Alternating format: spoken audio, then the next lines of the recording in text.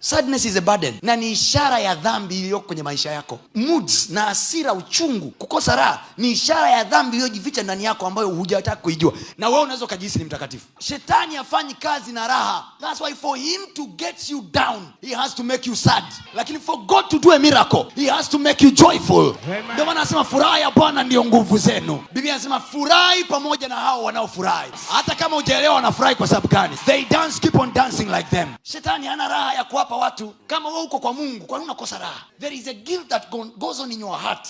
Read your Bible. Kwenye kitabu cha Zaburi sura 50, Daudi anasema nirejeshe furaha ya wokovu. Kwa hiyo wokovu uko attached na furaha. Alafu anasema niondolee roho ya uzito. Kwa hiyo mtu akishaumbiwa roho safi anaomba nini? Nirejeshe furaha ya wokovu. Kwa nini wapagani wanaonekana kama wanaendelea kufanikiwa, wanaendelea kuendelea? There is just a vibe in their life. Don't lose your joy for anything or for anyone. People are not that valuable for you to lose your joy.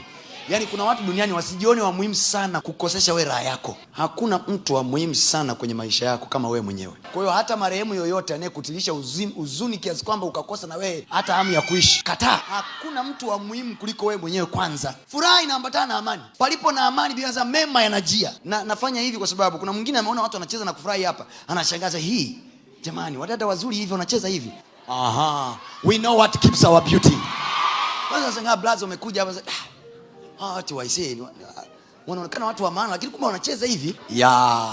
Yeah, we are charging our spirit for Monday. Wakati mwingine tukiwa tunacheza na kufurahi, tunaitabiria Jumatatu yetu itakuwaje. Jumatatu yako ifananie shauti yako, ifananie dansi yako, ifananie kicheko chako, ifananie raha yako katika jina la Yesu. I'll be as joyful as I was on Sunday. Daudi anasema nalifurahia waliponiambia twende nyumbani mwa Bwana. Siwezi nikaingia nyumbani mwa Bwana nikabaki sina raha. Alikuwa anao uhakika ya kwamba nyumbani mwa Bwana yako majibu yangu.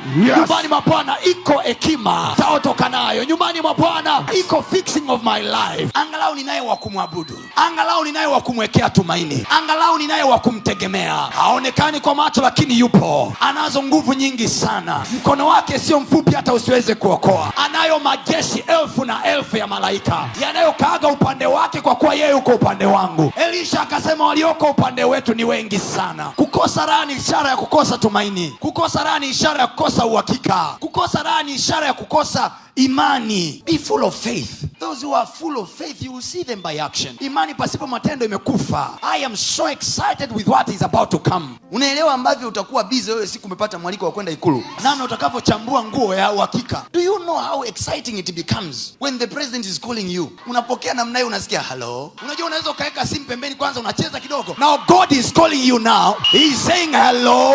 Unahitaji kujua atakwambia nini, kwa kuwa unaijua karakta yake. Yeye ni mwema sana. Atakalo niambia lolote ni jema. Yeye anaweza mambo yote. Atakalo niambia lolote litaniwezesha. Atakalo niambia lolote litanipigania. Somebody, God is saying hello. Mwai kuisubiria ile simu fulani hivi mpaka mtu amekupigia na mbele, afadhali umenipigia. Inapaswa kuwa hivyo tunapokuja nyumbani mwa Bwana. Useme afadhali nimepata nafasi ya kuwepo nyumbani mwa Bwana. Najua hapa nitajibiwa. Kuna kitu Mungu anafanya kwako leo. Tunaweza tusimuone akiwa anafanya, lakini kuna kitu anafanya. Kama ambavyo hatujui machungwa saa ngapi yanatokea kwenye mti wa mchungwa, kuna tunda linazaliwa kwenye maisha yako. Kuna kazi inatokea kwenye maisha yako. Yeye afanyaye maembe kutokea kwenye miti ya maembe, na hakuna mekanizmu yoyote inayofanya kwa macho ya kibinadamu. Kuna kazi inazaliwa kwenye maisha ya mtu hapa. Kuna biashara inazaliwa kwenye maisha ya mtu hapa. I can see a new tender coming to somebody here. Something exciting is coming on your way. Because you are excited, may you receive what excites you. Amen.